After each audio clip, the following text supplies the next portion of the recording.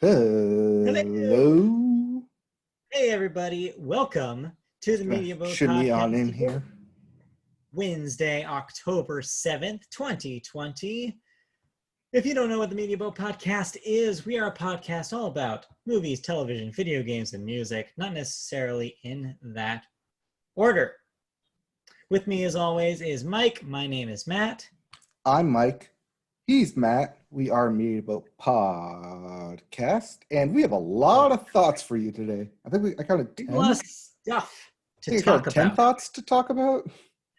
Jeez, I didn't count it, but we have numerous subjects to cover today. So why don't we get right into it? We always start the podcast with movies.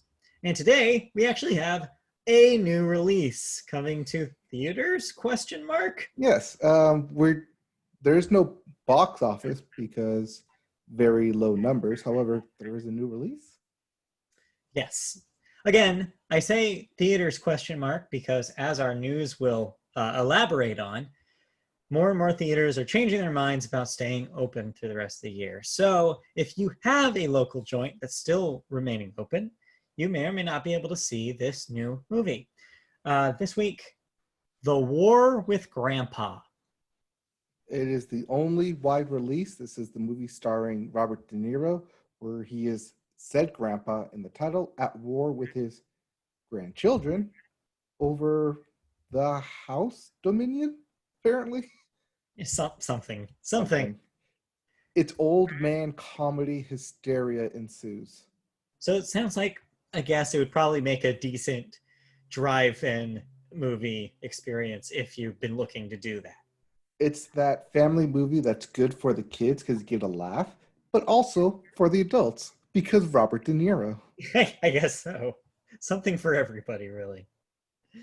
I would assume Yeah. Christopher Walken is also in this. I think I saw as Oh, another old man. So if those two actors are in your wheelhouse and you have grandchildren, I'll see some old men go to the movie this theaters. is where your grandparents take your grandchildren to the movies to allow you to have some time alone. To the drive-in, I emphasize. To the drive-in. Don't go to a movie theater right now. Yes. As someone who went to a drive-in, I highly recommend it. It's an all right night. I still haven't gone. I really should. I should go to a Yeah, drive-in movie. it's a great date night. I would, but I haven't been in a situation where I'm been maskless yet with my significant other. We still haven't gotten there. We're still wearing masks around each other when we hang out. So we'll see. Okay, but are masks on and clothes off? Hey, I'm not answering that. Moving on. moving on. We have movie news, and as I alluded to, our first story in movie news is about it may just affect your local movie theater chain. This was the biggest movie news of the week by far. Also, something we kind of saw coming. Yes, definitely something we saw coming. One of the biggest brands in movie theater chains is Regal, and their big papa company Cineworld Group has confirmed the temporary suspension of its US and UK operations starting Thursday, that's tomorrow, following the news that the latest James Bond film, No Time to Die, will be delayed to Easter 2021. In a statement, quote, in response to an increasingly challenging theatrical landscape and sustained key market closures due to the COVID-19 pandemic, Cineworld confirmed that it will be temporarily suspending operations at all of its 536, that's a lot of theaters, Regal theaters in the US and its 127 Cineworld and Picture House theaters in the UK from Thursday, October 8th, 2020. The closure will impact some 45,000 employees who went back to work after the reopening. Regal is the second largest domestic chain in the US, while Cineworld is the UK's biggest cinema operator. Leading up to this decision, Cineworld had contacted Prime Minister Boris Johnson in the UK to highlight the dire straits the exhibition sector is in due to studios delaying tentpole movies. Now, we had kind of a similar story about AMC a while back, where AMC was like, hey, yeah, if we had to close down, we're sitting on a pile of money and we'll be okay. So this tells me that Regal probably is in a similar situation where they're just like, all right, well, if there's no tentpole releases, there's no reason to stay open, shut it all down. Right, as we recently reported last month that both companies are sitting at about 600, not 600, 600 million, about 6 months worth of runway should theaters close down. Yeah. Now, this will affect smaller theater chains, but seeing as it's hitting the big boys here with Regal, that is significant. 45,000 jobs Yeah. gone, Well, not necessarily gone. It doesn't. furloughed.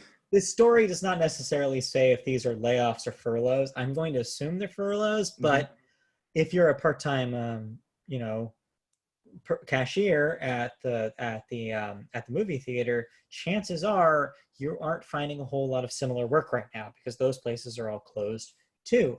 So yeah, the downside to this story is certainly, yes, a lot of people are going to be out of work. But the upside to the story is that, yeah, they shouldn't have been open in the first place. The theaters will go back to being closed like they should be right now.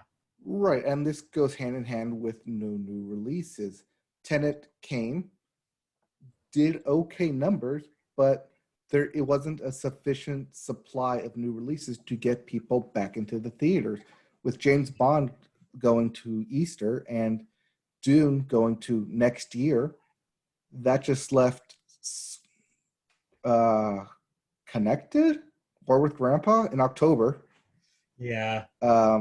Soul from Disney in November, and Wonder Woman 84 in December and Christmas. And those are a lot of ifs because this news suggests to me that this is almost putting the ball back in the studio's hands, where now it's the studios would be like, well, if there's no theaters open, where do we put our movie kind of thing. It's a back and forth. Right. Also consider that these movies are done. They're gold. They're greenlit. They're ready to go. But why release a product if no one's going to buy it? Yeah. So it remains fascinating. I think, yeah, it just remains this back and forth between the studios and the theater chains. And who knows how this is going to look, because if we've learned anything from this whole COVID experience is that when you think one thing's going to happen, you're probably wrong. And we can all blame Trolls World Tour for that. Yeah. No, but yes. But streaming video on demand has boomed because people do not want to go to a theater. Yeah. And the studios themselves are making money with these straight streaming video on demand releases rather than going through the theater. Yeah, it remains to be seen what the effects will be going forward of all this, though. That's, I think, the big burning question. And yeah, we won't know until we're on the other side of this, and who even knows what that is. Mm-hmm. All right, let's move on and talk about our second story here, which takes us to our government. You know, the people who forced the theaters to close in the first place.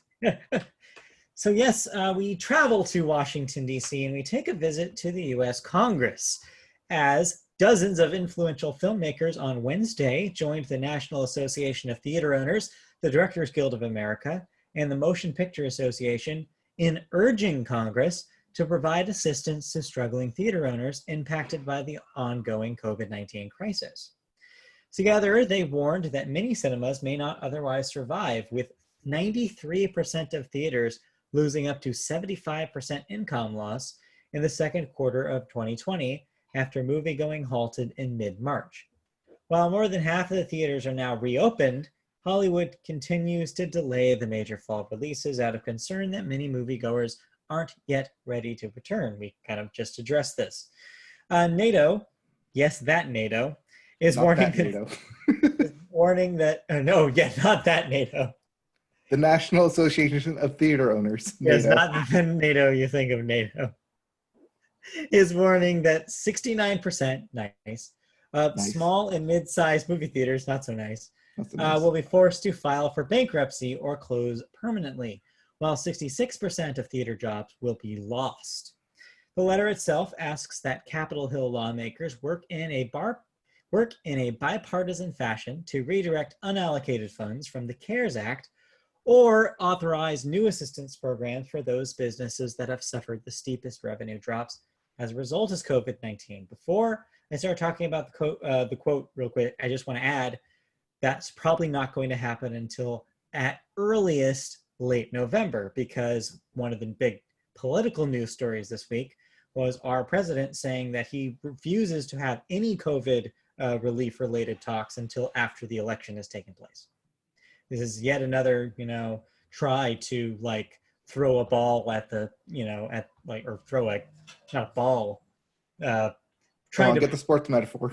yeah, there's no real metaphor here. Just another thing to screw over the Democrats in a way that Trump is doing here, where he's basically just like, well, no, you won't budge. You guys are being a pain about the Supreme Court nomination, so I'm going to stop the thing that you want from happening until But they did budge. They cut $1 billion from their budget in good faith, and still the current administration walked away from the table.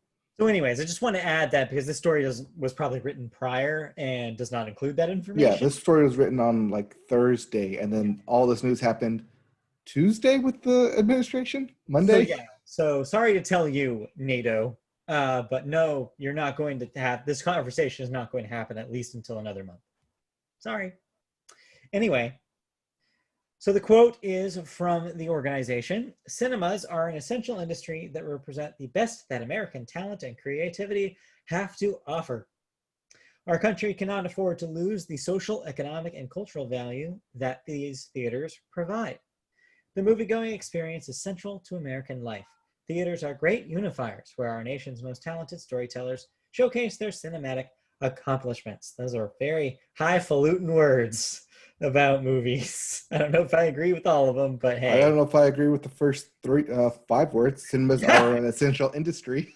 I think what we're noticing is that they're not. But anyway, like I said, we don't know the long-term effects of this yet. Signers of this include such luminaries as Wes Anderson, Judd Apatow, Michael Bay, Barbara Broccoli, James Cameron, John M. Chu, Sofia Coppola, Alfonso Cuarón, Lee Daniels, Ron Howard, Alejandro Gonzalez Inarritu, Barry Jenkins, Patty Jenkins, no relation, Ryan Johnson, Martin Scorsese, Ridley Scott, M. Night Shyamalan, Zack Snyder, Steven Soderbergh, Steven Spielberg, Edgar Wright, David Yates, and many, many more. So yes, a who's who. Many more. A lot of awards and a lot of big names being thrown in there. Yeah, this list went on for a while as to who in Hollywood signed it and tried to push this through. But this goes back to the first story of the location that they're talking about, the theaters, closing. Yes. Because if you're not the big Regals of the world, you're probably shutting your doors permanently because you cannot afford to exist. So yeah, it's that rough. Being said, the rerun or re-release of Hocus Pocus was indeed your #1 film this week. Welcome to $400,000 though. Yes, welcome to October. That's how you know. All right, that's it for movie news. Did you watch any new movie films for 2020? Not streaming. Nope. No, I didn't Nothing. watch anything. Nothing movie related, but a lot of TV related because TV came back. Week. It was a TV week, but we'll get there in a moment. We are going to talk about television next, but we always start television with the Sports Corner. And as I mentioned last week, hockey's over. Basketball's about to be over. Baseball is on its way out, but some sports are still happening. Most notably, of course, Pac-12 football, as college football slowly ambles back to life like the zombie corpse it is. Pac-12 starts November 7th for their week 1 return for a 7-week NCAA football season. So the one college conference that was holding out caved in after the Big 12 caved in 2 weeks ago. When I even saw Mark Sanchez on Twitter tweeting about in support of opening the Pac-12 again, I was just like, okay, this thing's going to happen at this point because people are very basically treating it as if it already has. So all right. So they set November 7th as their week 1 return. They will do a 7-week run, which goes into about mid-December, and just in time to have playoffs set for a Rose Bowl game. That will be the champion. Whoever wins the Pac-12 will play in the Rose Bowl against another champion. All other all the other teams in the Pac-12 will play against each other in their own mini bowls. Mini bowls. Yes. It's one I love to have in the morning. They're doing this so they can get the national championship money and a contention in it, Yes. even though they're starting late. Yes. So yeah, it'll be interesting to see what happens here. Still not jazzed about college players having to play after expressing how they did not want to, at least some of them. It's nonetheless just another chapter in this interesting story of sports in COVID. Wasn't that just 2 months ago we were talking about that Sports Illustrated article? Yes, it was. Time just goes. I don't know where it goes, just goes away. Next up, as I mentioned, baseball's almost over. Playoffs have begun. The playoff bubbles have been formed. So anything notable that you have noticed happening in baseball world so far? We starting to narrow down. Our teams getting eliminated. Yes, they're in the divisional series where they will do a best of 5 games at neutral sites, even though some teams that made the playoffs are not playing in the host cities of said bubble sites, including the Los Angeles Dodgers. Right, are not playing at Dodger Stadium, even though they are hosting. Dodger Stadium is hosting a series. I saw this and I was very confused. I was like, okay, weird, but okay. I guess because there was no guarantee that they would be in the playoffs. So right, but it's also to set it on a neutral field so no team gets a home field advantage since they're not going to be moving between cities. Yes. But this does mean they play 5 straight games on the same field against the same team. And that will determine who will go on to the ALCS and NLCS, the Conference Championship Series. Yep. Which both will be in Texas, with the World Series being in Arlington, Texas. Okay. Well, we'll see. We'll see what teams make their way, scramble their way to get there. Next up, a little bit of an update for your COVID laden football players. There, we get more and more news coming out about who's got it, who hasn't. This week, we found out that none other than Cam Newton has tested positive. Nam Cooten? Our favorite? Yes, one of Media Boat favorite Nam Cooten, or Cam Newton as he is called by his friends and family, unfortunately has tested positive for COVID-19, so he's probably not playing a game for a while. If I had to guess, they actually were debating not even playing this past Sunday's game, but seeing as leading up to the game, he was the only one who had tested positive. He was the only one who was sitting out, and we ended up with 2 Monday Night Football games. Yes. But he wasn't the only one that tested positive in the league. No, because the Titans over in Tennessee continue to have new players test positive. So that whole franchise is compromised at this Pretty point. much. Like even today, 2 new players tested positive. Yeah. This was, of course, after news was leaked that even when they're not supposed to be having practices, for some reason, were photographed having practices. What do you know? So yeah, as long as there's an open kind of like an open door policy, more or less, to these things, it does put more and more players at risk to getting these things. You need to isolate the positive cases as fast as possible. You need to quarantine them, and you need to make sure that other athletes are not near them. Right, and just a reminder, that's not just athletes, it's staff and personnel within the Titans organization. Yes. Who also are affected by this. Indeed, all of those people. So yeah, it's been kind of nuts. Yep. Speaking of nuts, the Miami Dolphins. Yeah. So yes, we'll get to other sports in a moment. But yes, while we're still on football, The Miami Dolphins have been given clearance to go ahead and let 65,000 people pack into Hard Rock Stadium in Miami for the remainder of the season. No masks required. Only in Miami, as they say. This was from Governor Ron DeSantis. Yes. Decree. The infamous governor who will not roll back any restrictions. Yes, and because Miami was allowed to do this, so were the other two teams in Florida, the Tampa Bay, Yes. Tom Brady's, Yes. Buccaneers, and the Jacksonville running back-less Jaguars. So, obviously, we don't need to tell you that this is probably a really bad idea. These are going to become events that are going to spread the disease, needless to say, with that many people not distancing, not wearing masks. The next Miami home game is on the 25th. They had already sold tickets at half capacity for that game. So those tickets are done. They're not going to increase them, or that's what they say right now. It'll be interesting to see what happens past that into November and December. Yeah. Because, you don't want to see numbers go up there. Yeah, no, it seems risky for sure, needless to say.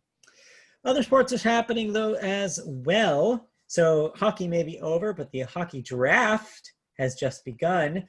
The New York Rangers have selected Alexis Lafreniere That's as Alexi, whatever. Focusing on the last name. As their first overall pick in the 2020 NHL draft. Any other notable draft picks? Yes, with the number 2 draft pick in the 2020 NHL draft. The Los Angeles Kings select Quentin Byfield. Right. Center, gold medal winner from the Canadian Interleague Games. And only 18. So that's an investment that they're making there. Pretty much, but he's also 6'4", 214. Damn. Well, okay. Well, at 18.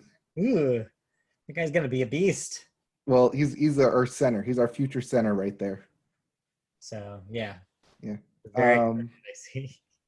Yes, it is also of note because he is now the highest drafted African American in the NHL. Oh, cool. The previous records were both drafted at the 4th draft pick, but he moves up with the number 2 draft pick overall. Awesome. Good to hear more diversity in a very, very, very white sport. All right. Then, you call it unfairly undiverse. I say it just comes with the territory. I don't know. Last but not least. But it's always good to see. Yes. Last but not least, basketball. We should have had a championship crown by now. And yet, the Lakers lead the Heat 3-1 in the NBA Finals so far. The Lakers blew a game, or rather, the Heat played really well. I'll give credit where credit is due. The Heat outplayed the Lakers in that game 3. Do you think the Lakers pull this out? Not without the Laker girls. Oh, Laker girls. Or do you think the Heat are able to give them their run for their money? If they were playing the Clippers, yes, they might win. They might blow a 3-1 lead.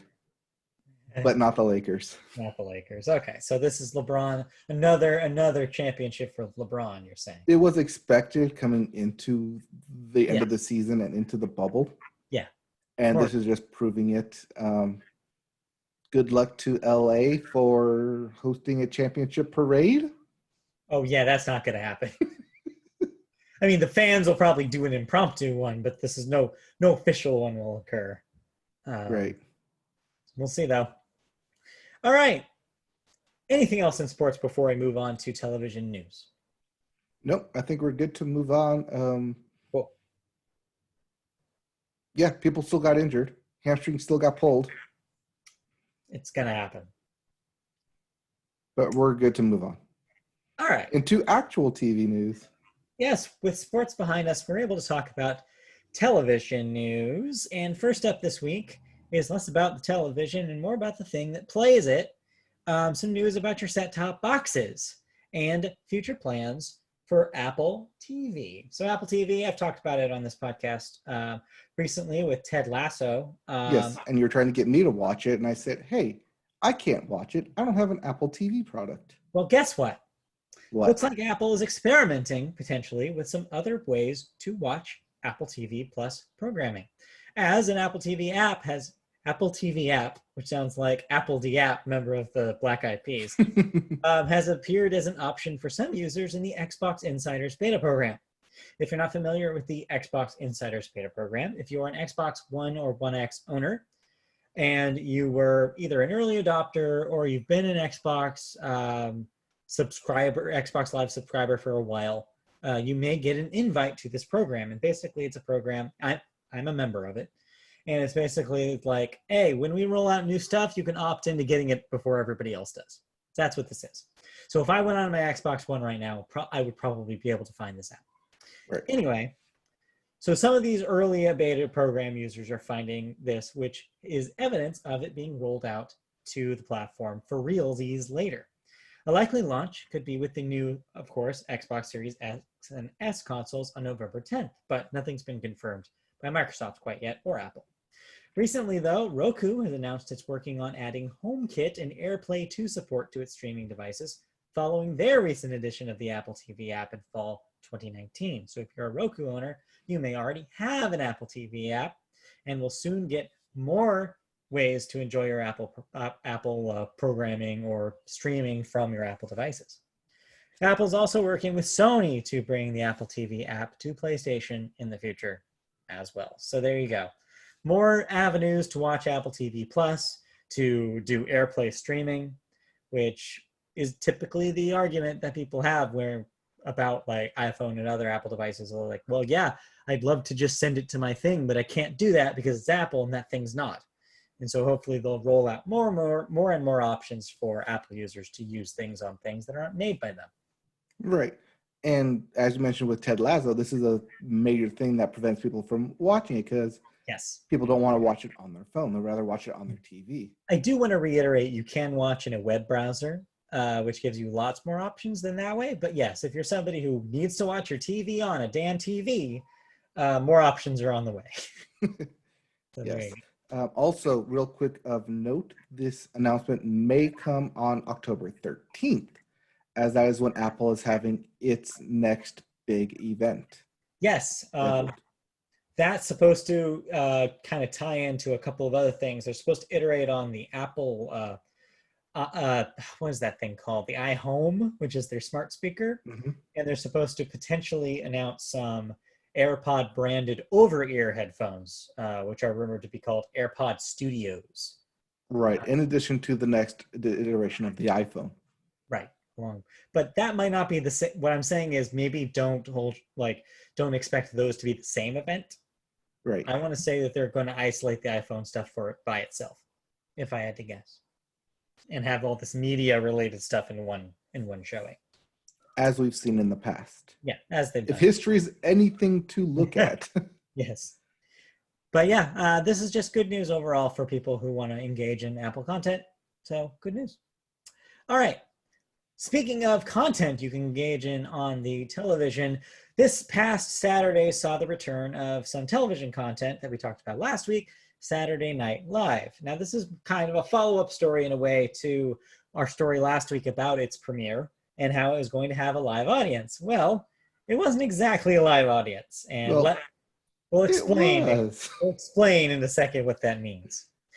New York state guidelines still prevent ticketed events.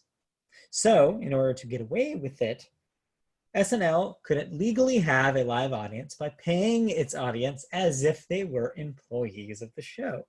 So, they did so. The audiences still can't exceed 25% of the show's usual capacity and can be no more than 100 people, but they passed that additional payment requirement by sending audience members home with a $150 check from Universal Television.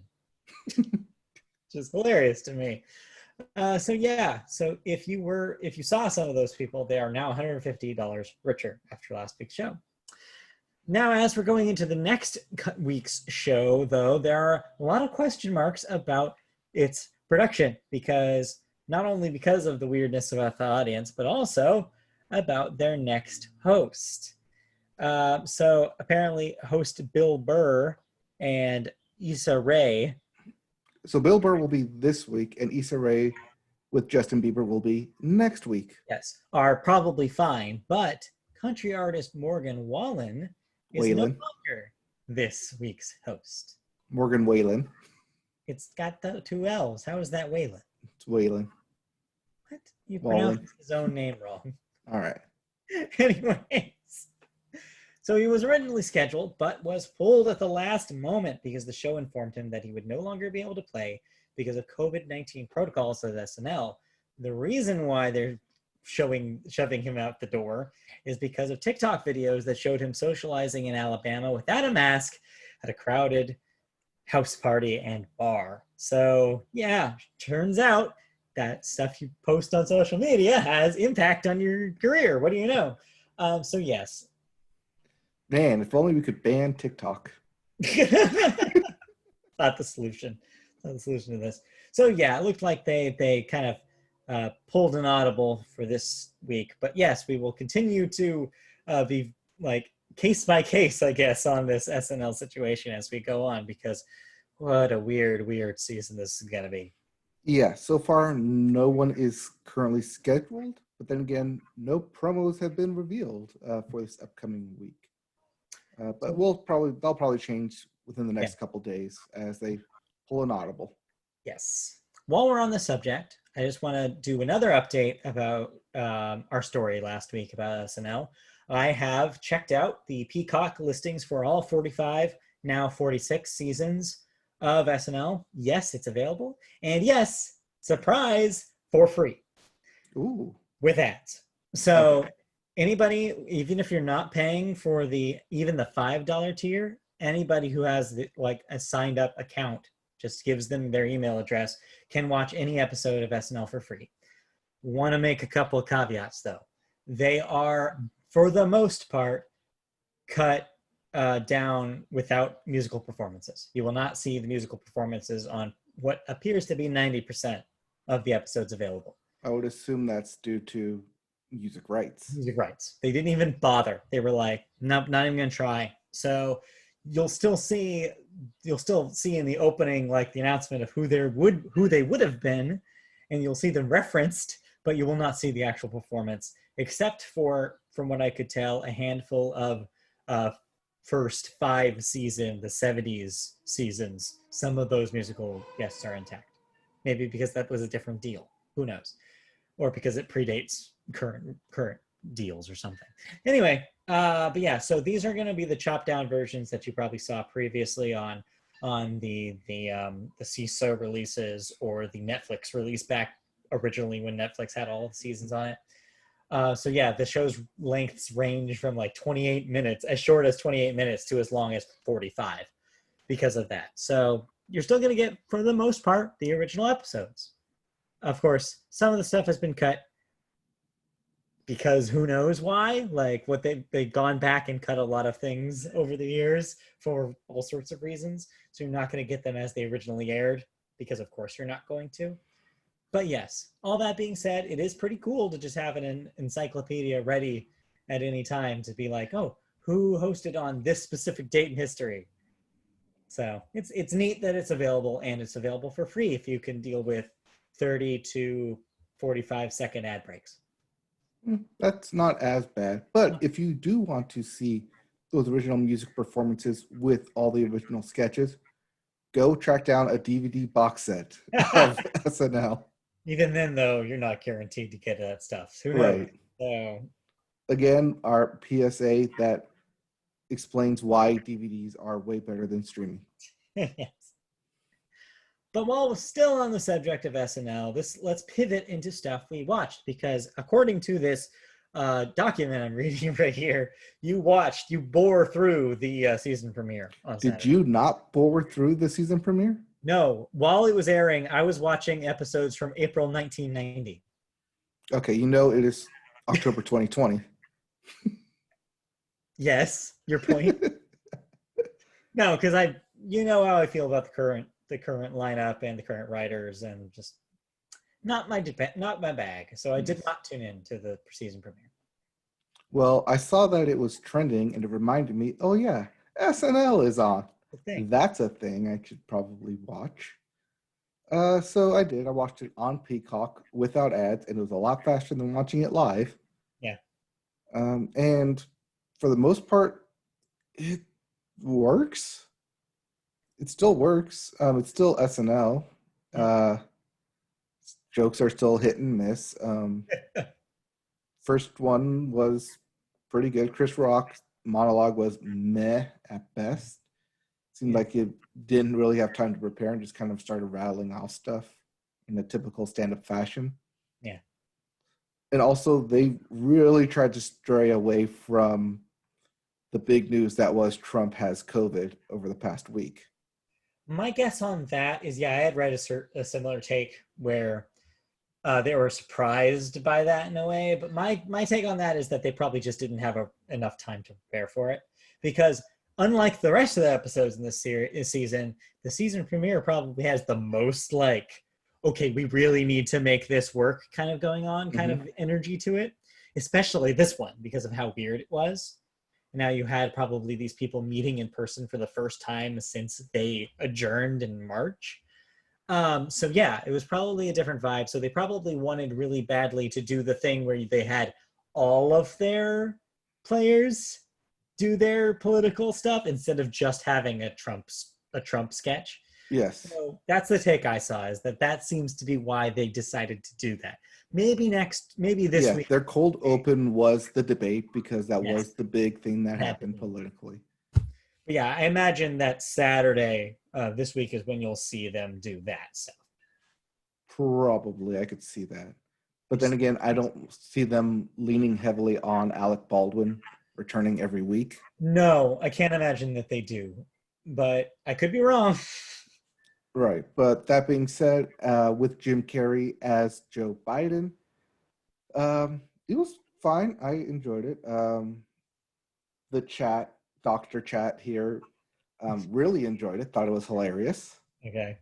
and spot on. But it's, give and take. So overall, SNL It back to exists. its normal way in its studio. We'll see how it goes and how long it lasts with an audience. Yeah. But yeah, going from their at home at the end of last season Yeah. to this, I just think they're all happy to be back in the studio. Yeah, probably. It was a different vibe. From what I understood, though, that the at-home shows were surprisingly good. So I don't know. Maybe it's not great that we're putting them back into the studio. I don't know. But anyway, what else did you watch? You have a couple more things on here. Yes, as I noted last week, South Park returned with its Yes. pandemic special. Right. And following that, the news kind of appraised it well, as it had one of the highest season premieres for South Park. A lot of people viewed in to watch it, and they do not miss a beat. That thing is solid. South Park has always been good at keeping up with current events, with current topics, and getting into the meat of why people do things and doing a self look and forth wall breaking constantly. And the pandemic has not changed that. If anything, they're more on their game, at least in terms of writing and putting together an episode, because this was hilarious for a first episode. A lot of callbacks to the last season. And I think because they came out so strong out of the gate, you will see people point to it saying, we should be watching this season to see where it goes.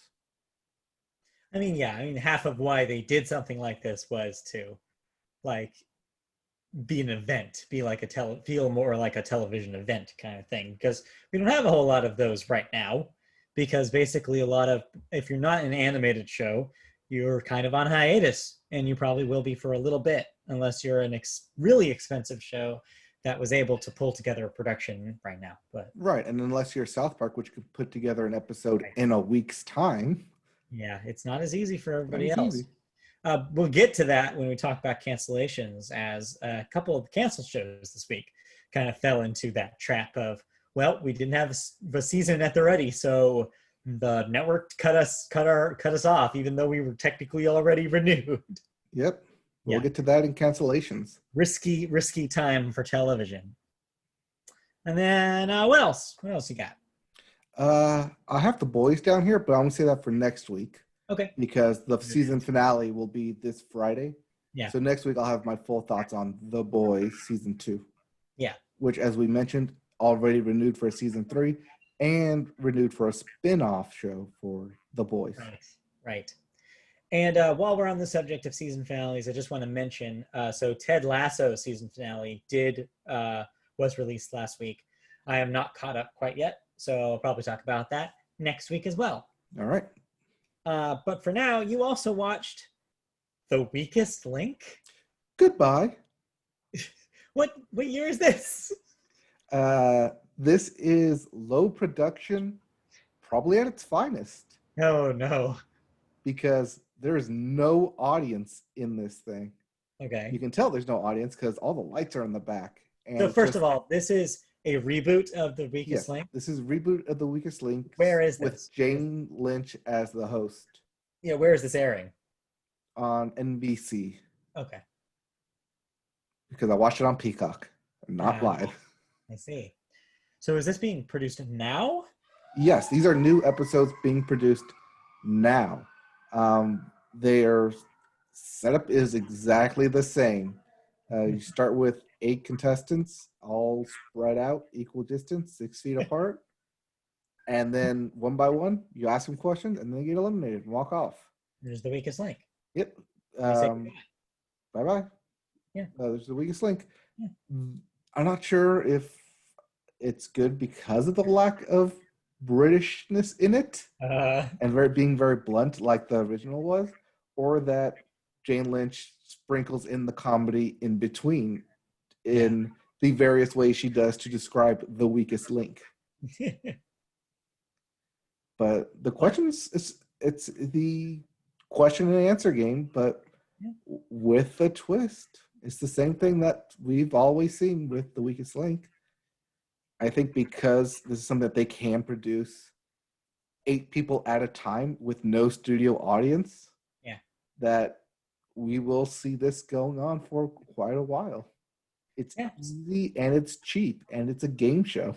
And that's what the networks are looking for right now because of the reasons I just mentioned. It's like, let's find some cheap stuff to plug in holes where our bigger budget shows would have gone if they had been finished. Yeah, I think it also allows Jane Lynch to be the mean comedian that we know she can be. Right. You know, which she has a history of with her character in Glee and stuff.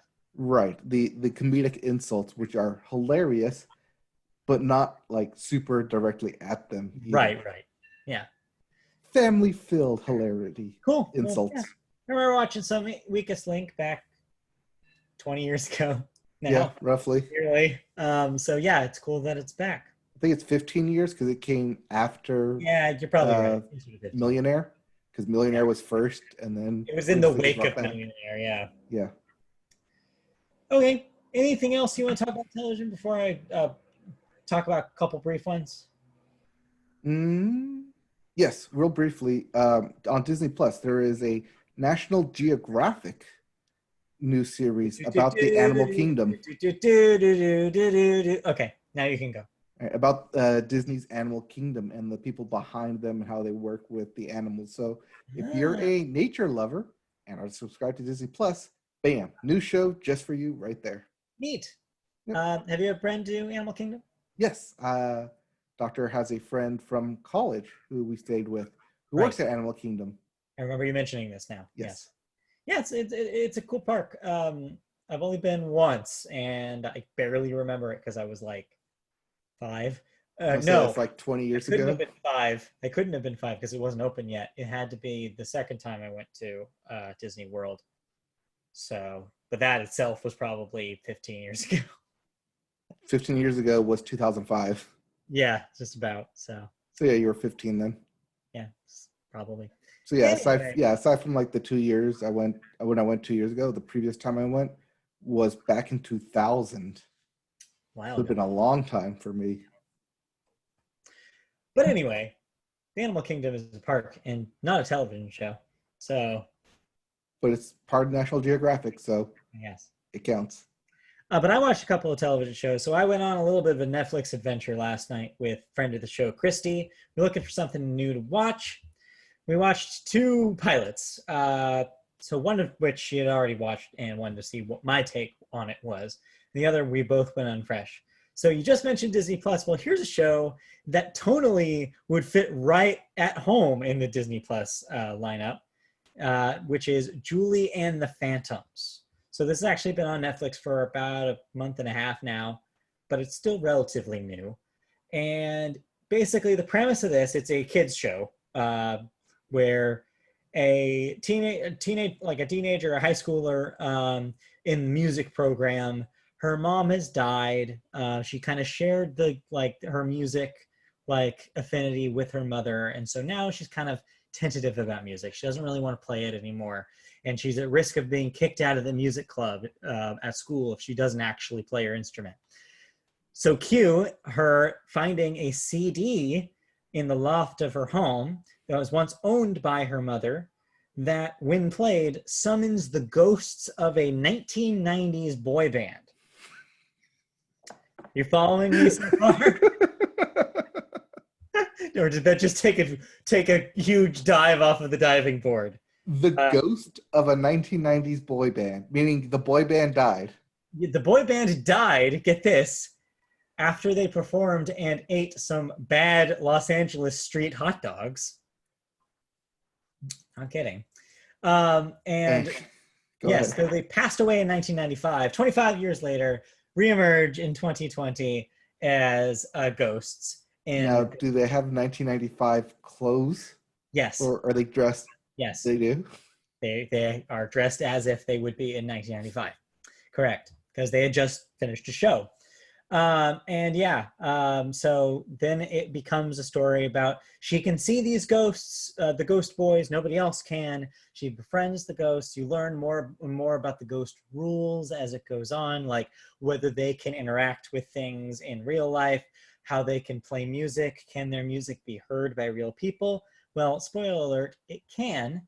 And over time, she ends up being in a band of sorts where she summons the ghosts by playing music, and they are her backing band, and only when they're playing music can be seen by other people. So they just magically appear behind her when she's playing music? Yes. So, and no one's none the wiser of, oh my God, these people just appeared out of nowhere. She tells them they're holograms. So it's Jem. No, because she is not a hologram. Anyway, long story short, it seems cute. It seems like but the level that it's playing at is very Disney Channel.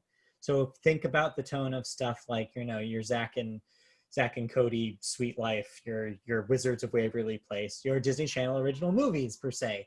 It's that kind of level of writing, except the production value and quality seems pretty high, maybe a little higher than you usually get over at Disney Channel. That being said, it's pretty middle of the road as these things go to me. However, a friend of the show, Christy, has fallen in love with this thing. There's a bunch of original songs that were written for it that the band and the girl sing. And she says they're really, really catchy as the show goes on. I stopped at the pilot. She's going to finish it. So I'll hear her thoughts, I'm sure, after she finishes the whole season. But it seems like inoffensive fun for kids if you need a Netflix show to put on for the family. So I might put on the pilot to see how it compares to the Babysitters Club. Yes, check out the pilot, because I think the Babysitters Club, from what you've told me and what I've read about that seems like it's playing on a little bit of a higher level. Right. I'll check the pilot out, because if this plays lower than that, then it's not for me. That's the thing, is I think I'll be interested to hear your take, because you also just finished those Disney Plus shows like the President one. Right, the Diary of the Future President and the original Disney Plus original movie, Secret Society of Second Born Royals. So I'd be interested to see how you think this stacks up to those quality-wise. It'll probably wedge somewhere in the middle, I'm going to say. Probably. Then the other thing I watched was the pilot for Emily in Paris, another Netflix original that is the opposite end of the spectrum. It is for adults, and it was originally produced, I guess, for MTV and did not make the cut for the network, but it still has MTV Studios branding on it. But yeah, this one is about a marketing, like a young woman in her, presumably in her 20s somewhere, who is a marketing big shot who gets a gig where she gets to move to Paris to pitch a product or like to pitch a marketing strategy for a product. And oh boy, is it boring. I watched like 20 minutes of this thing and bailed on it. I just did not think it was very impressive. Just the writing just wasn't there. The jokes fell flat. It seems cute and quirky if people are looking for some sort of cute and quirky romantic series about a fish out of water kind of situation. It might be okay for if you're looking for that kind of thing. But for me, I was expecting it to be funnier, and the cute premise is not enough to keep you interested, I think, in the characters. So, seems throwaway, but I watched it. Okay. That's it. That was the new stuff that I watched. All right. Anything else? I think that's it. So we can safely. Still watching Jeopardy. Oh, I'm behind on Jeopardy's. It's fine. It's still Jeopardy. Still Jeopardy. Oh, that's what happened. Alex Trebek announced one of the picks. Yes. I don't know if you saw that, but yeah, one of the in 2020 NHL picks. Yes. Alex Trebek got it and was able to announce one of those. Other than that, I believe Amazing Race returns on the 13th or 14th, which will be next week. So I will report on that. I'm sure you will. I like watching those shows, and we'll see how they do during the pandemic. Yes. Are they able to get around filming? Yeah. All right. Well, with that, let's cruise on into cancellations and renewals. Big week this week for cutting off your show too early, if you ask me. All right. What am I no longer watching? Well, first, here's a few renewals. NBC is bringing back The Wall, hopefully without Chris Hardwick, but who knows? Showtime is bringing back Billions for a 6th season. Netflix is calling it quits with F is for Family. Its 5th season will be its last. Netflix, however, is renewing Cobra Kai for a 4th season, that being the show they picked up from YouTube. Right, that's ahead of its 3rd season coming up in January. But they've pulled the plug on two of their shows here. Teenage Bounty Hunters, canceled after just 1 season, and the one that really hurt me, Glow, canceled after its last 3rd season. Was renewed originally for a 4th season. Production had started, was ended because of COVID restrictions, and now will no longer be resumed. Yeah, because they couldn't overcome the COVID restrictions and get proper approval, they will no longer be moving ahead with the 4th season and canceled. This sucks because if you rewind the tape, go back to the episode where I talked about season 3 of Glow, you'll recall that they had a perfect setup for how to keep the show going at the end of that season. Yep. And man, I was dying to know how they were going to do it. And now we'll never know. Maybe it's one of the things where the little fans will revive it. Just give it a year. Maybe. We'll see. But man. Don't tear down the sets. Painful. And then lastly, the CW has renewed The Outpost for a 4th season. Whatever the hell that is. Yep. All right, now we have to talk about deaths. Rough one this week. First up, Murray Shishkal, age 93. Players? What? Playwright. Oh, that's like, what does players mean? A playwright, love Jimmy Shine among his works, and a screenwriter of Tootsie, which, of course, if you go to film school, chances are you watch Tootsie and study its script, because that was known for a very long time as a very good, well-written script. We also have Bob Gibson, age 84, a Hall of Fame baseball player for the St. Louis Cardinals and a World Series champion back in 1964 and 1967. Next up, Johnny Nash, age 80, singer-songwriter, who wrote and sang I Can See Clearly Now, of course, that staple.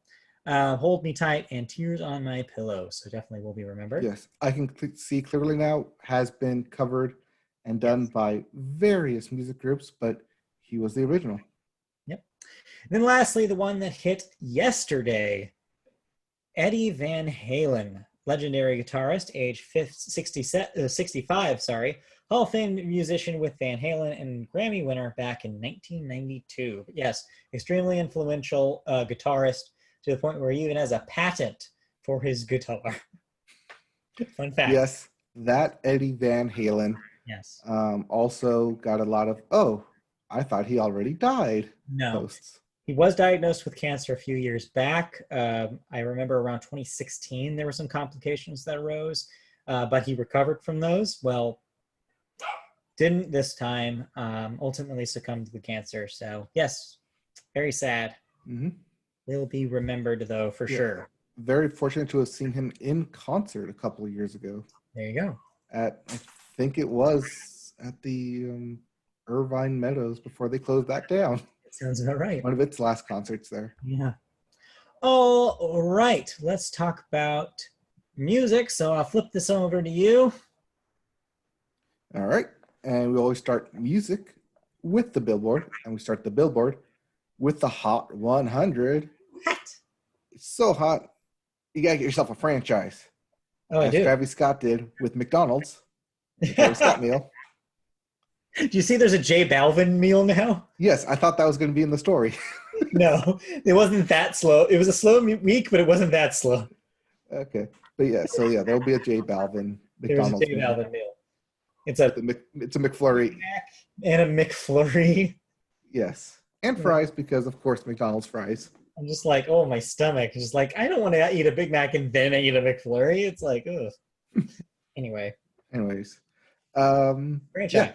Franchise by Travis Scott featuring Young Thug and MIA. Yeah, remember MIA? Yeah.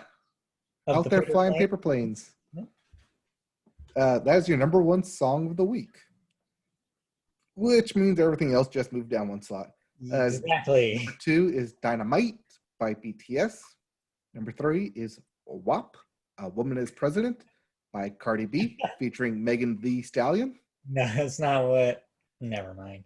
Coming off of Megan Thee Stallion's performance on SNL. Laugh Now, Cry Later by Drake featuring Lil Durk. And at number 5, Mood by 24K Golden featuring Ian Dior. So yeah, everything basically stayed where it was, except the Justin Bieber song from last week is gone. Right. Moving into Billboard 200, your albums chart. At number 1, Tickets to My Downfall by Machine Gun Kelly. At number 2, Super One, The First Album by Super M. Yeah. I don't know what that is. Yeah, this was a big shakeup week, and I'm like, what the hell is any of this? Because at number 3 is Nectar by Joji. At number 4, Aim for the Stars, or Shoot for the Stars, Aim for the Moon by Pop Smoke. And at number 5, Ohms by Deftones, which I think Pop Smoke is the only returning album in the top 5. So yeah, the only returning album in the top 5 this week is Shoot for the Stars, Aim for the Moon, the Pop Smoke record. The others are all debuting in the top 5 this week. So quite a week for... People are hungry for new music. Turns out. And so yeah, that means that Taylor Swift slides down out of the top 5 again. But she'll be back. It's okay. She got her record. She'll be back. Go ahead. I was just going to say real briefly, by the way, Grammy voting is happening right now. So if you want to see a lot of people's theories about what will and won't be nominated, there's plenty of articles right now for you. I had to dodge them like a minefield trying to look through news this week because 90% of the variety stories were about, will this get nominated for a Grammy? And I'm like, just wait till the nominations come out. Everyone trying to pay their publicist to get an article in. Exactly, yes. Time. Yep. Well, if you didn't like any of those albums or read up on any Grammy-nominated albums, we have new releases. All right, what am I listening to this week? I don't know what you're listening to, but here are the new releases. Here they are. We have Skeletons by Brothers Osborne I will be listening to this I was going to album. say, I saw this and I was like, I had to think, I was like, that sounds like a thing that Mike listened to. So I included it, even though I don't know who the Brothers Osborne are. I was like, yeah, I Yes. think that's something. Yes, they sing the "It's Not My Fault" song, Oh, or "It sad. Ain't My Fault." Right. Okay. So those guys, all right. Yeah. We also have E3 AF by Dizzy Rascal, As Long as You Are by Future Islands, Silver Ladders by Mary Lattimore, Mhm. and Atlas Vending by Metz. Um, Fun fact about Mary Lattimore, she was the opening act in the last show I saw before COVID. Ooh, Uh, she's a harpist, and she opened for the Francis Quinlan show.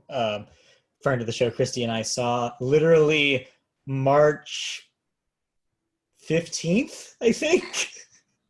right the after I saw very, you. yeah, the very cutoff of the last time anybody was able to do anything. Yeah, that'd be the Sunday before everything got canceled. Yeah, basically. So yeah, we just made it in there. Mm-hmm. And you got out of there alive. Anyway, Anyways, moving into music news, we have a follow-up we have with an not only ongoing story. it's not only a follow-up, it's a conclusion. We barely Finally, get conclusions. we've been covering this story for over a year. All right, go for it. All right. So this is, for those of you who've been following along with us, the Led Zeppelin v. Taurus lawsuit in which Led Zeppelin's Stairway to Heaven Yes. was being sued over a copyright battle for infringing on the song Taurus. So this went all the way to the U.S. Supreme Court, where it did not go to the U.S. Supreme Court as they declined to take up the long-running copyright battle. It got to them and they were like, we're not doing this. Yep. Leaving it in place a ruling that rejected infringement's allegations over the 1971 song. The justices denied a petition aimed at reviving the case, ending 6 years of litigation over claims that the song's writers, Jimmy Page and Robert Plant, plagiarized the song's iconic intro from the 1968 song Taurus by the group Spirit. The decision follows a March victory for the group, in which the Ninth Circuit of Court of Appeals upheld a jury verdict finding the song did not infringe on Taurus. Yeah. So we've been covering this since it was first announced, and it's finally laid to rest. Hopefully, maybe done for good. Yeah, I mean, unless they try to file another lawsuit and think that they have a chance, this is probably done. I mean, maybe depends on who else goes on the Supreme Court. They want to listen to it. No. If it's denied once, it's not going to stay there. It has to start all the way over again, I think, at this point. Because Right, now, it has to go back to the court circuit of appeals to get overturned. all the way. Then get back up. Yeah. So, yeah, just thought that it would be fun to kind of have a period at the end of this sentence on this one. An emphatic period right there.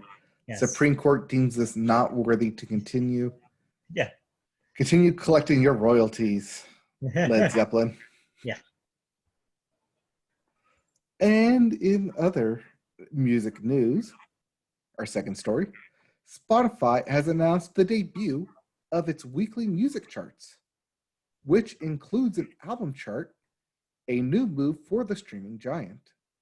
According to the announcement, the new chart includes the weekly top 50, which will celebrate the biggest albums and tracks in the world each week. Friday through Thursday, consisting of a US weekly chart album, a global weekly chart album, US weekly song chart, and global weekly song chart, which will be published every Monday. The US top 10 debuts and global top 10 debut lists capture the biggest new releases on Spotify Friday through Sunday. These lists incorporate data from the first 72 hours of a song or album is live, giving an early take on new music. All of Spotify's charts will live exclusively on Spotify Charts Twitter, and new charts will be added in the coming months. Yeah. Yeah, normally I just look under new releases as to what's new, but it's a conglomerate of both singles and albums. I'm glad there's some way to divide this. Yeah. So this is interesting because of kind of two reasons. One, because it's a neat way to curate music and have music discovery happen. But two, more interestingly, to me at least, it's the first time in a long time we've had a new major competitor in the charts space. Like, we've always seen Billboard's music charts as the definitive charts, but having Spotify do their own is kind of interesting because you have a comparison point to make now. You can be like, oh, well, this thing is at the top of the Billboard charts mostly because of streaming. You can then back that up by looking at the Spotify charts because they are just streaming, and looking at like, oh, Spotify by itself is saying that this thing has been listened to like this obscene amount of times. So you can see, like, at any point, like, and compare and contrast the two. It's just another example of Spotify just thinking that they're the be end all of music right now. Is like, why and how else to prove it? What a better way to prove it than just being like, well, look at how many people listened to this album this week, globally and domestically. That's another interesting thing about this, is that there are global charts on this too, so you can see what is getting international play that isn't getting US play, and vice versa. Yeah, it's really interesting. I mean, this is what happened when Apple made its own charts with iTunes, and people were looking at, oh, this is what people are buying and downloading. Yep. They'll still exist too. But yeah, this will be an interesting kind of player in that space. Yep. Speaking of players in that space, did you listen to anything? No, I did not play anything. Okay. I also did not listen to anything new. But like I said, I will intend on listening to that Brothers Osborne album, and I'll have my thoughts on that next week. But speaking about playing, it's time to talk about video games. Oh, I've been playing a lot of video games.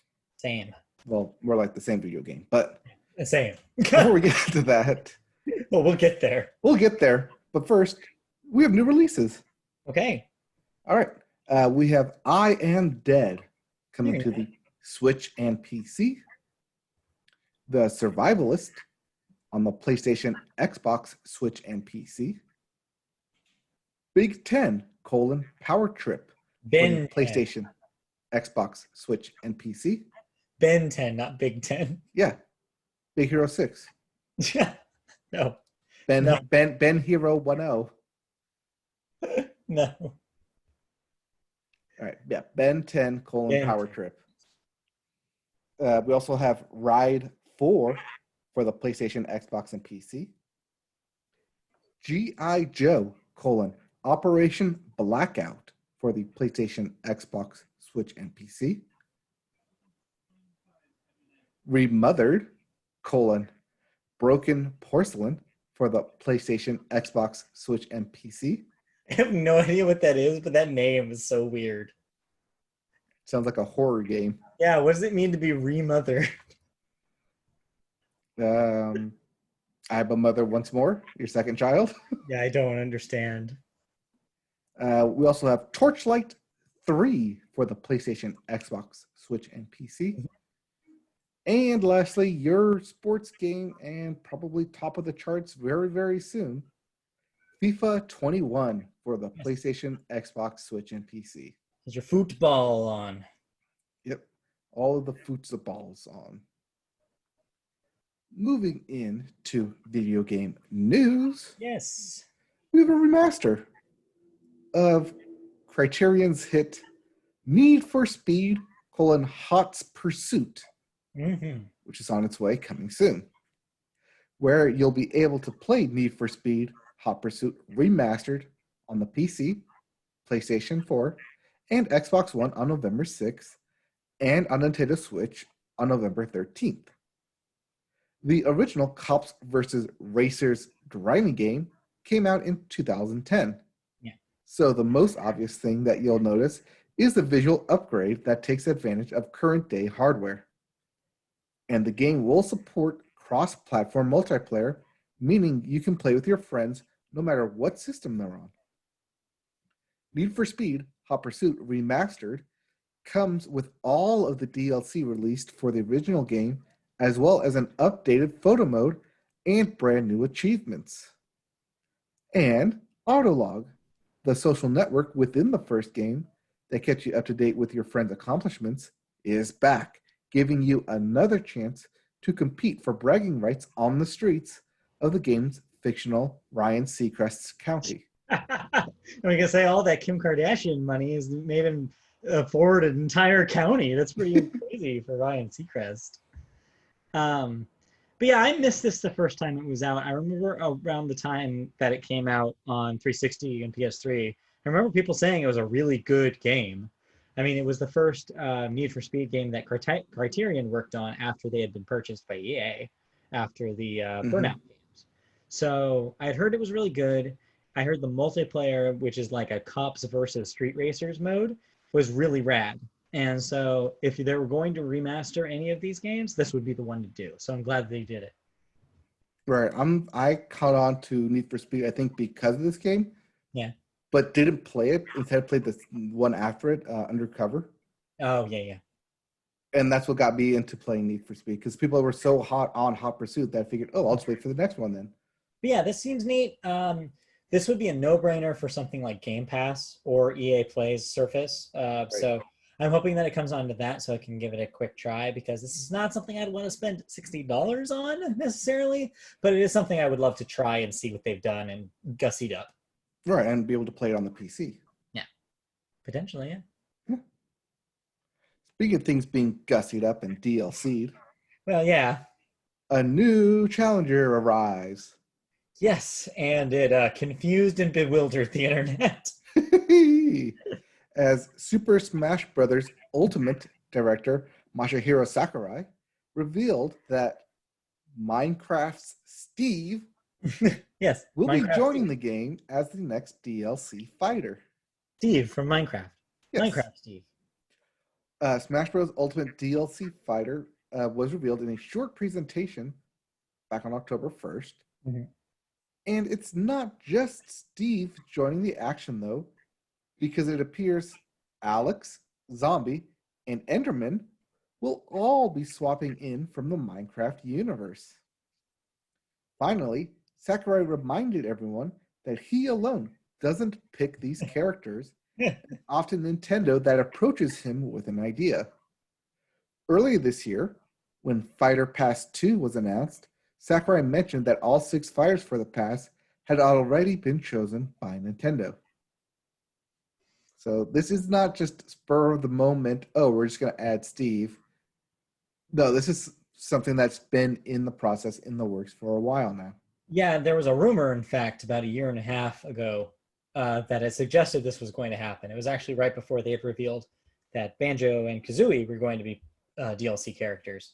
So my guess is that whatever conversation that they had with Microsoft at the time that that deal was made, they also negotiated to get Minecraft Steve in the game as well. Because that is a Microsoft. Makes sense, because that is a big franchise to get into the game. Also, yes. I mean, the thing that, yeah, so the internet kind of was split about it. It seemed like your Smash faithfuls were upset that it wasn't, whatever the hell they classic character or something. Yeah. But then a lot of people were actually really excited about it because, yes, as you mentioned, Minecraft is incredibly huge. And so there's a lot of people who are probably very happy to see Minecraft representation in Super Smash Brothers. Mm-hmm. So, yeah, it seemed like he plays pretty cool. He actually has, like, moves where he can take chunks out of the levels themselves and attack people with it. Kirby looks adorable as a little Minecraft square after he swallows him. Mm-hmm. And yeah, like the idea of having remixed Minecraft music seems cool. So yeah, I mean, it's cool for those people out there that like Minecraft and Super Smash Brothers, because I'm sure there are millions of them. So I did see that some players were complaining about Steve being broken, as he can knock players off and then build walls to prevent people from coming back onto the playing field. Hey, if it's in the game, it's not cheap. That's what they say, right? Well, no, EA says if it's in the game, it's in the game. It's in the game. It's in the game. It's true. So yeah, I don't know. I'm indifferent to this. I have Ultimate, but I barely have played it since since Banjo and Kazooie came out. Actually, that's the last time I played it. So yeah, I don't know, just didn't keep me going. Probably because I'm not in a situation where I'm playing multiplayer with a lot of people all the time, which I'm sure if I was. Is that a hint at me to get it to play with you? In COVID times right now, it's not really. You don't want to play that thing online. The latency is really bad. So yeah, if I was in a situation where I was like having people over, which is not something you could have right now, then potentially this game would have had longer legs, but just didn't work out for me. But yeah, it's cool that they're doing this. Yeah, I mean, I saw, like you said, both love and hate for this, and I think because it is a big franchise, because you will get people who like Minecraft and see that it's a new player come back to the game, which is what essentially they want. Right. People to come back to play the new characters, which is why you have the mixture of Banjo-Kazooie for the old players and Minecraft for the new players. Yep. So smart move on Nintendo. Interesting to see where they will go for Fighter Pass 3. Should that show up? Who knows? Who knows who's left? Who isn't already in the game? Just keep adding to that ultimate roster to hit 100. Oh, jeez, that's too many. Well, they started out with 80. It's already too many. Anyway. Anyways, thoughts. We played video games. We did. I will say real quickly here that Fall Guys Season 1 ends today. And so I have a note here to remind everyone out there and to remind myself and you to quickly level up your character if you have not, to get those 40 rankings, because those will be reset as of midnight tonight, or maybe 9 p.m. tonight. I don't know how other servers go, in order to usher in Season 2, which begins tomorrow, October 8th. Assuming people have not fallen off of that train and gone to Among Us. But Fall Guys Season 2. You can do both. Why not? You can do both. I do both. But yeah, Fall Guys Season 2 premieres tomorrow, and I'll probably be playing that over the weekend, probably stream some of the Season 2 stuff, and I will report on that next week. Alrighty. But you played a game that you want me to play. Oh, have I? I have been waiting to talk to anybody, really, about this thing, since I first started it on Friday night. Well, I have a phone which you can talk to me about. Yeah, yes, I know, but it's fun when I have, but we also have a podcast where we can talk to this about. Exactly, that's why we have this podcast. So I've been playing a little game. Well, little is not accurate.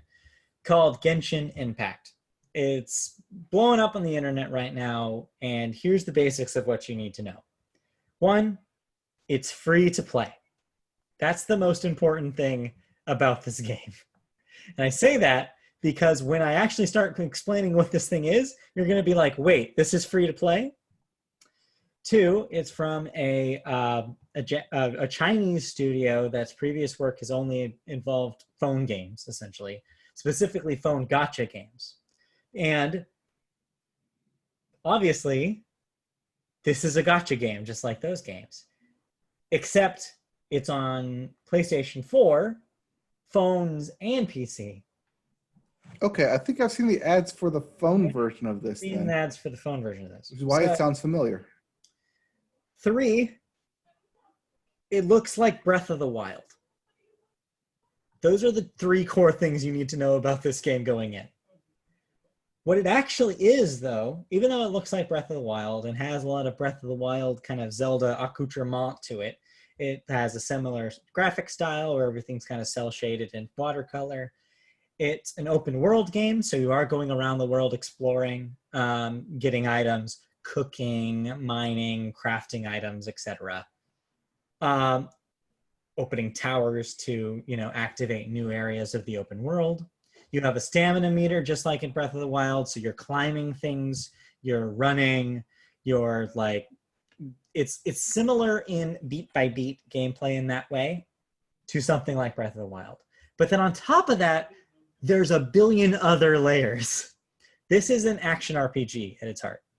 This is imagine like a Zelda game, but with actual level progression, a loot system where you can feed weapons to enhance them, multiple currencies and multiple different levels of experience like leveling. So like your individual characters level up, but then there's also an adventure level that levels up as you beat like complete quests and stuff in the overworld. There's a whole overarching story that's actually like seems to have done like a lot of work done to it about the world that you're kind of in. You end up there from supposedly the real world, and you have to learn about exactly what's happening to you in there. It's very anime, so that may turn some people off or may interest some other people. And yeah, it's like, and its combat is based on an elemental system. So there's like hack and slash kind of basic combos for the basic moves. But then on top of that, every character that you play as, you kind of play as a squad of 4, has an elemental affinity, and that affects their special attacks. So you have to strategize your team to include multiple different elements in case you're, say, in a dungeon and you need the ice power to open a specific door, for instance, or to damage the shield on a specific enemy. So you kind of get where I'm like, what I'm saying is like, it's kind of a combination of all sorts of different existing games. But the thing that makes this special is that, as I mentioned up top, this is free to play. Right. So how are they making money? Microtransactions? And that's where the gacha comes in. So here's the thing. This game is doing all the things that the really like rough gacha games are doing. It's just doing it on such a different scale that it doesn't feel the same. So you do, in order to get some of the locked characters and some of the better weapons in the game, you do have to do these random gacha pulls. You do so by transferring your in-game currency to another in-game currency to make these random pulls. They do tell you the odds, though. They have a 10 pull system where as long as you pay 10 of the currency, you're guaranteed at least 1 4-star or above item or character. So, right. Because that is a requirement in China to show your odds before you do a pull like that in the game. Mm-hmm. So unlike EA. Right, unlike our system here. So yeah, there isn't like they do try to tell you more or less that you're going to at least get one nice thing if you do at least 10 pulls. But individual pulls, completely random. You will definitely get duplicate items. You will definitely get duplicate characters as you go on. You're not guaranteed to get a fresh thing every time.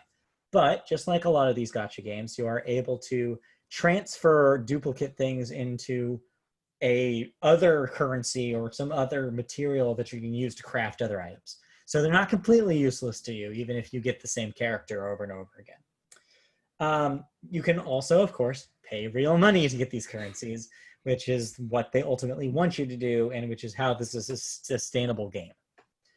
But that being, so yes, so that's kind of the buyer beware about this thing, is that know that even though it's a free-to-play game, it will have hooks that will that you will and try to entice you to pay money for this thing.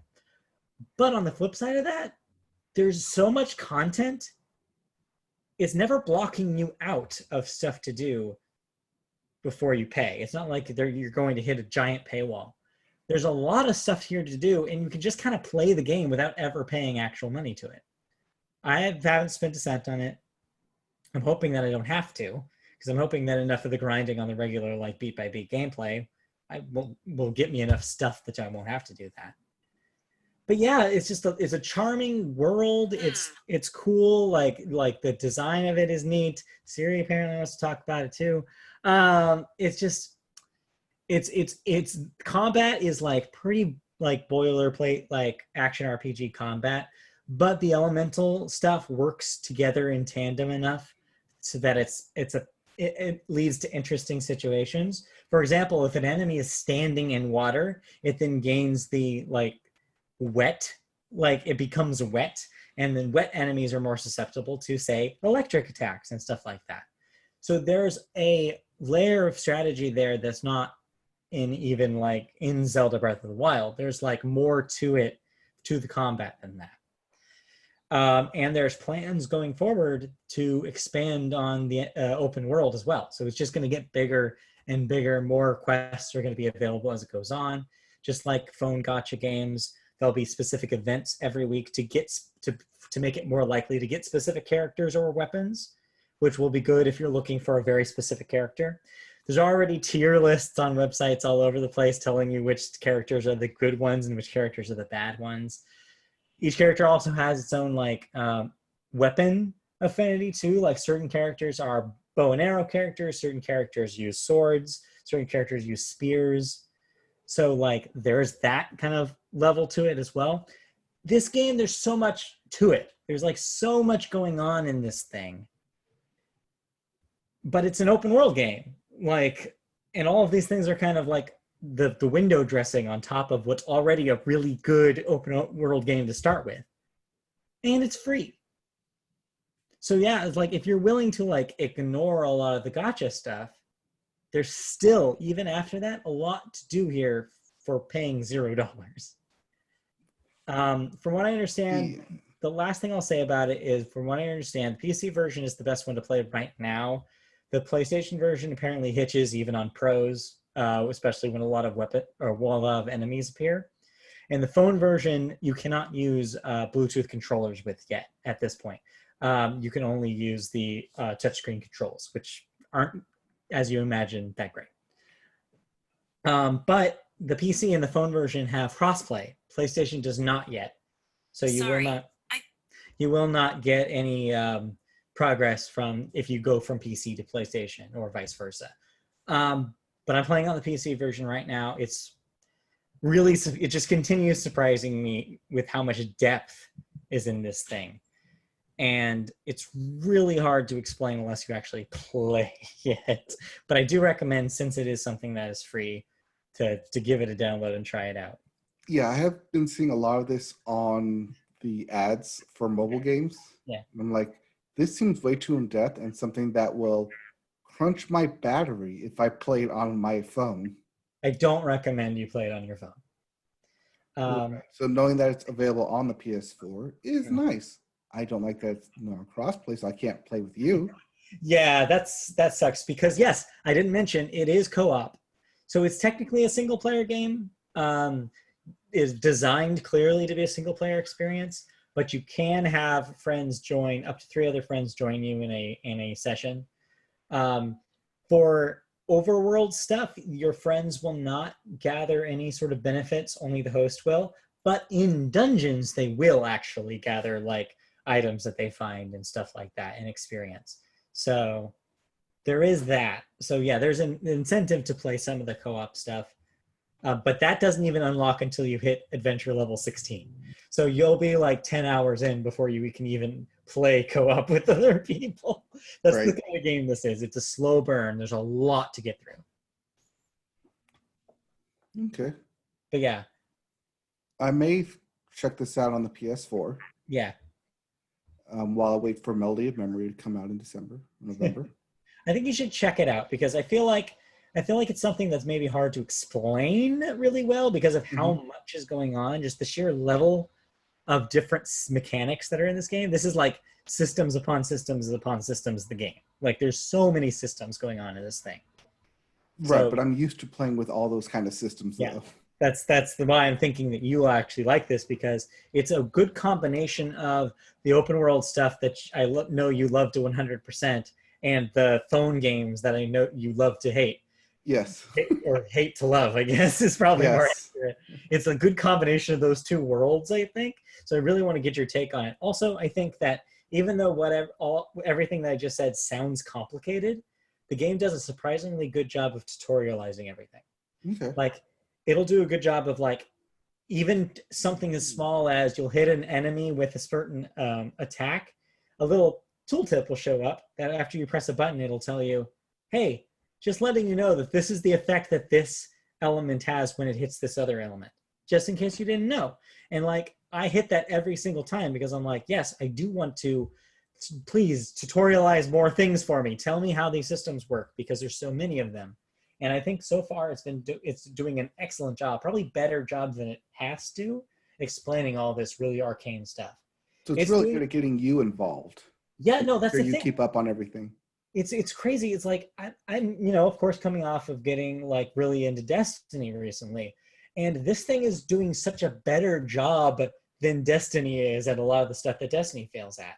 It's has a better inventory system. It has a better quest system, and it appears to have a better constant drip of new things to do than Destiny has. Destiny 2 is in its like fourth, almost its fourth year of existence. It's like there's no excuse anymore. So unless they really pull something out of their hat with Beyond Light, they're getting outdone by another free to play game, like 100%. And so it's fascinating to compare and contrast this to other free to play things because I feel like this has raised the bar.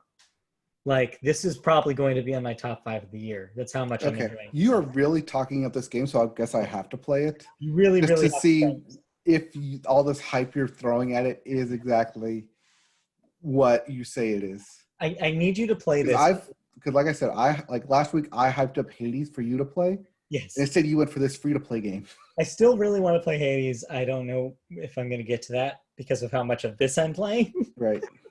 So I don't know. But yeah, it's definitely really got its hooks in me. The question is, of course, just like Destiny, for how long? Because I don't know when I'm going to hit that wall, whether it's because of difficulty, whether it's because of wanting to do the gotcha stuff, or whether it's because I run out of content. I don't know when that's going to happen. But as it stands right now, Friday, Saturday, Sunday, Monday, Tuesday, Wednesday, day 6 of playing this thing. So far, I haven't run out of things to do. It still grabbed my attention. I pulled a couple of characters, which is pretty cool. I'm finding kind of what my favorite kind of like build is. So yeah, like I'm still kind of in the nitty gritty, and I'm not even out of the first region yet. There's a whole nother region still that I have yet to play, and I've already put in like over 10 hours, maybe even more than that at this So point. you've already played this 5, 6 days in a row, then. Yeah, yes. Okay. So yeah, I think you should try it. Report back. I'm really curious to like to see what you think about this thing because All I'm right. having a really fun time with it, which is All right. something I did not expect for something that's so not in my wheelhouse. Just warning you, you're probably going to play it on the PS4, so we won't do crossplay. Right? Yeah, no, I realize that, and honestly, that's fine because, like I said, it's going to take you a while to get up to the point where you could even do co-op, anyways. So Okay. All right, I will definitely check that out. yeah, Interspersed between playing Hades, like I said last yes, week. you're playing more of that. Um, so I continued to play more Hades, and after we got off and I was done talking about it, saying how I've yet to hit the end, well, I did the one thing that I hate to do, which is reset your stat points. Oh yeah, And then once I did that, I was like, oh, this makes it a whole lot easier. And like my third run into it, I reached the top.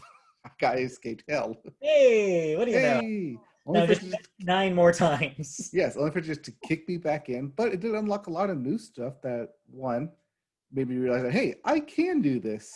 Yeah, And two, that it did the thing where it said, hey, now here's all the difficulty options that you can add to it to increase the run. yeah. It's like the never-ending carrot.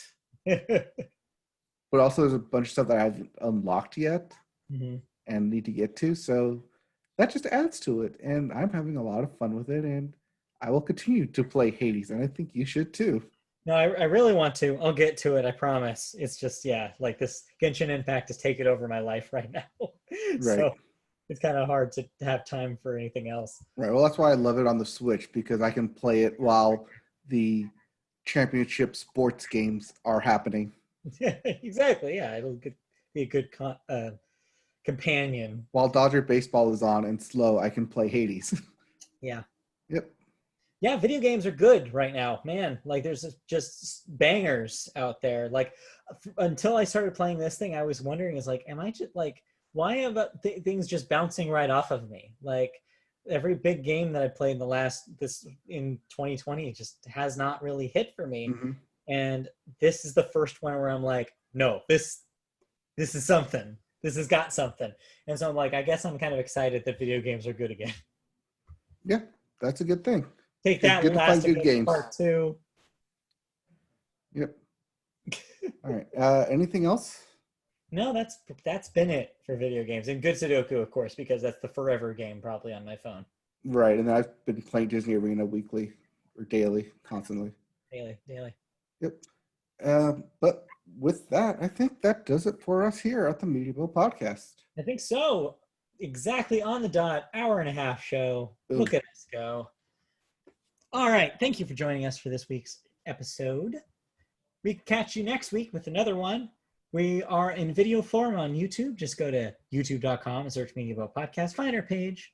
Like, subscribe, comment, all of the things that you love to do. If you want to hear us on audio form, well, you can do that now in more places than ever. Search Media Boat Podcast on any of your podcatchers except for Spotify. We're working on that. Bear with us. But yes, any of those services, we should be up and running. Our back catalog of episodes as well. So tune in and download, leave reviews. We love to see stars. And check us out. If you want to see us on social media, we're also on there. Twitter, our handle is @MediaBoatCast. Facebook, we're somewhere in there. Just search Media Boat Podcast within that service. We are on the internet with text on MediaBoatPodcast.com. We are on Twitch.tv with occasional PGA 2K21 gameplay sesh, playing some golf for you on Twitch.tv/MediaBoat. And then on YouTube, we occasionally play some video games. Maybe I'll stream some Genshin Impact. I don't know. That might be, it already kind of makes my computer run a little warm. I don't know if I want to stream on top of that. But hey, so did Destiny. So maybe I'll stream some Genshin Impact. But that will probably be it until next week. So thank you for joining us. Tune in next week for more. We'll have thoughts about Brothers Osborne. We'll have thoughts about Ted Lasso's season finale. We'll have thoughts, hopefully Mike's thoughts about Genshin Impact, all of that and more when we come back next week. So far we are on Apple Podcasts, Google Podcasts, Podbean app, Amazon Music, and TuneIn plus Alexa on Amazon Echo. Wow. All of that and more. Yep. And then working on Spotify, hopefully this week, or probably by the end of this week, hopefully. Just got to make sure that all our stuff's under 200 megabytes because Spotify can bitch about it. Yeah. But Spotify, you did not hear that from us. Yes, exactly. Shush. Don't say it. All right. We'll be back next week with lots more thoughts already pre-planned and even more news. All right. Bye. Bye-bye.